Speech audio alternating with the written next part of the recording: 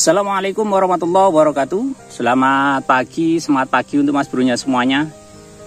Kita jumpa lagi ya mas bro. Hari ini tepat di usia 26 HST mas bro.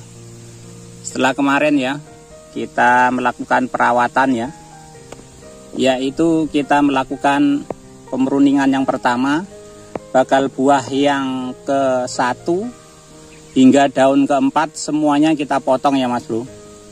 Kita targetnya nyari buah di daun ke-5 ke atas. Tepat semalam mas bro, pas malamnya hujannya deras mas bro, sehingga beberapa titik di lahan melon kita ini terjadi genangan. Pasca lama ya tidak terjadi hujan, kemudian terjadi hujan, maka hari ini kita akan melanjutkan perawatannya.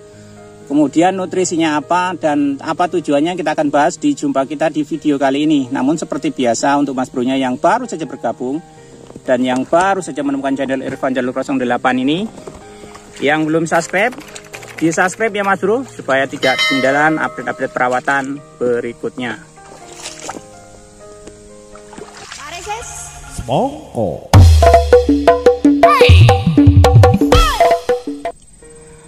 Secara umum mas bro di 26 HST ini penampakannya sudah seperti ini ya, alhamdulillah. Dan alhamdulillahnya semalam itu terjadi hujan lebat mas bro. Maka setelah beberapa hari cuaca sangat panas di sini, untuk menghindari keadaan tanahnya drop ya, pH-nya, kemudian pertumbuhannya juga ngedrop, maka hari ini kita akan melakukan perawatan khusus penanganan pasca dari hujan ya, pergeseran dari cuaca panas menjadi cuaca yang sangat dingin. Maka hari ini kita akan melakukan pengaplikasian nutrisi dan juga sekaligus untuk menjaga pH. Nutrisinya apa kita bahas ya mas bro.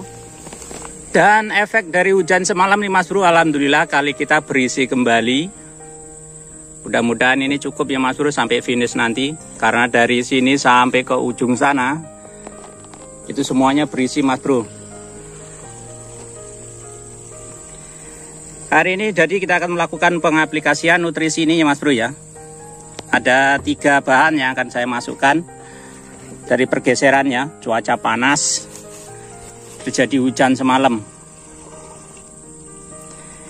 Yang pertama saya menggunakan asam humat ya mas bro. Untuk asam humatnya ini karena power soil saya habis, saya pergunakan merek dagangnya Sam Humat. Kemudian untuk top sasnya saya juga habis, maka saya pergunakan untuk POC-nya, saya menggunakan Piotogrogul. Untuk kalsiumnya, Kalha juga habis, saya adanya kalsium aktif. Jadi 3 bahan ini ya mas bro yang akan saya aplikasikan di 27 HST ini. Jadi dalam drum 200 liter ini mas bro, saya pergunakan kalsium aktifnya atau Forbase-nya saya pergunakan 1 kilo. Kemudian untuk POC-nya saya pergunakan 1 liter. Dan juga untuk asam humatnya saya pergunakan, karena dalam 1 tong ini ya, dalam 1 drum ini 13 tangki kurang lebihnya, maka saya pergunakan dalam per tangkinya asam humatnya saya pergunakan hanya 2 sendok makan saja. Maka saya kalibrasi saja ya mas bro ya, 13 kali 2 untuk masalah asam humatnya. Jadi itu saja mas bro yang saya aplikasikan di 27 HST ini pasca hujan ya mas bro. Pergerakan dari cuaca panas kemudian menjadi hujan, supaya betul-betul ya nutrisi kemudian pH-nya masih tetap stabil di dalam perakaran. Beda lagi ya mas bro perlakuannya ketika tanah mas bronya kalau terbiasa tergenang air seperti ini, mulai dari 0 HST sampai 25 HST sudah biasa tergenang seperti ini, maka dia sudah terbiasa ya pergerakan akarnya. Kalau lahan mas bronya itu lahan darat yang ketika ada hujan lebat saja terjadi genangan seperti ini, maka ketika terjadi hujan, pasca hujan segera ya mas bro lakukan penanganan sebelum tanaman mas bronya drop tumbuh. Jadi ini penanganan pertama ya mas bro yang harus kita lakukan versi Irfan Jalur 08 pasca panas menjadi hujan lebat dan terjadi genangan-genangan seperti ini. Untuk menstabilkan pH, kemudian untuk menstabilkan juga daya tumbuh kembang tanaman yang sedang kita budidayakan. Kalau masalah merek dagang bahan yang kita aplikasikan bebas ya Mas Bro. Kalsiumnya mau merek apa aja boleh ya. Yang penting kalsium bubuk, usahakan kalsium bubuk ya Mas Bro untuk penanganan seperti ini. Kemudian kalau masalah merek dagang POC-nya juga silakan apa saja boleh. Begitu juga dengan asam humatnya. Yang intinya ketiga bahan tersebut adalah untuk membantu menstabilkan perakaran pH tanah, sehingga efek yang diberikan nanti untuk tanaman dia tidak stagnan dalam tumbuh. Karena kaget ya Mas Bro, dari cuaca panas ke cuaca yang lembab.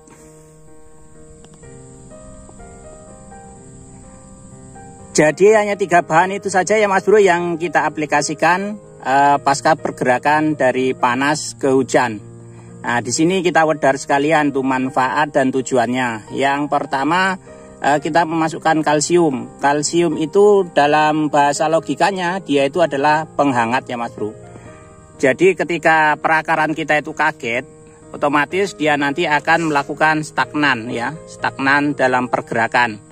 Nah, dalam proses vegetatif menuju generatif ini di primordia ini, kalau bisa perakaran itu adalah tumbuh kembangnya adalah stabil. Nah, ketika terjadi mendadak ya Mas Bro, tiba-tiba panas, ngwentang, terus hujannya deres. Terus terjadi genangan-genangan seperti ini. Kalau lahan darat otomatis ini akan kaget di perakarannya. Nah, untuk mencegah hal tersebut, maka baiknya kita mengaplikasikan kalsium. Kalau masalah merek dagang, monggo apa saja boleh ya Mas Bro. Mau yang merek lain juga nggak apa-apa, karena di tempat saya adanya kalsium aktif Forbes, maka itu yang saya pergunakan. Kemudian kalau masalah asam humat bebas juga, merek dagangnya apa saja boleh. Tujuan dari pengaplikasian asam humat itu adalah menjaga kestabilan pH tanah kita ya Mas Bro. Jadi supaya pH-nya tetap stabil, di sini saya mengaplikasikan asam humat. Mas, kok nggak ditaburin dolomin kayak waktu kecil kemarin? Beda lagi ya Mas Bro perlakuannya ya. Kalau sudah usia seperti ini, sebaiknya kita berikan yang lebih istimewa ya, ketimbang yang waktu kayak di 2ST dulu. 2ST dulu pasca hujan genang lebat itu saya taburkan kapur dolomit dan juga pengaplikasian nutrisi G06+.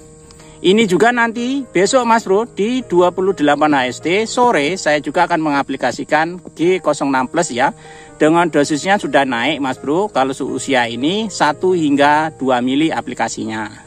Kemudian kalau untuk masalah POC itu saya pergunakan untuk menambah N dari air hujan tersebut Mas Bro ya.